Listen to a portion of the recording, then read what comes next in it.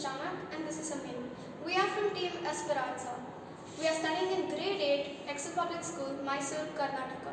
We have chosen the theme health, and the problem statement we have chosen is Innovate solutions for patients who are suffering from most common diseases in India. Our system provides a better and cheaper way of communication for paraplegia patients and completely bedridden patients. Our system is affordable and efficient for everyone. Paraplegia affects many valuable aspects of people's lives. It disables their ability to communicate like the rest of us. Communication is an important aspect of our lives. Not being able to communicate would deprive us of basic needs. Our project aims to provide a better and cheaper way of communication for paraplegia patients. The model is efficient and affordable for everyone. Our communication system can be part of a G20 projects that improve access to quality spine care and support systems to mitigate the increasing burden of spinal disability on healthcare, the economy and social security systems. We visited Ayushman Healthcare, Mysore.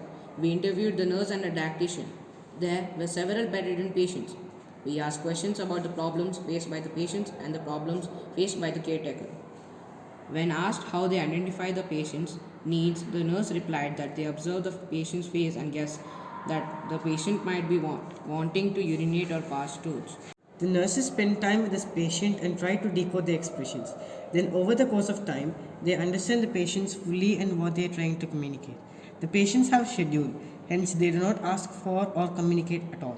The patient's vitals are checked twice every day. If there is an imbalance in anything, the required medicine is given. There is always a nurse on duty. There is no such monitoring device or monitor the patients. Based on the survey, we have developed a wireless communicator for the patients to communicate their basic needs like food, water, washroom, or emergency.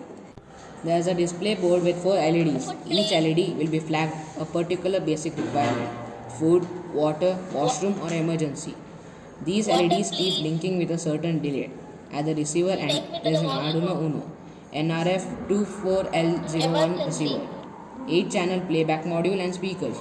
The push button is near the patient's hand. The device that we have made enables the patient to communicate his or her basic requirements with the push button.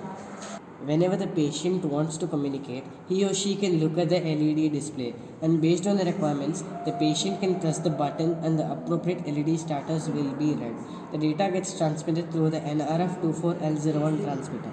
The NRF24L01 receiver receives the data, and a message on the requirement is played loudly through speakers. 3 of us came up with the idea of wireless communicator. We helped each other with the coding and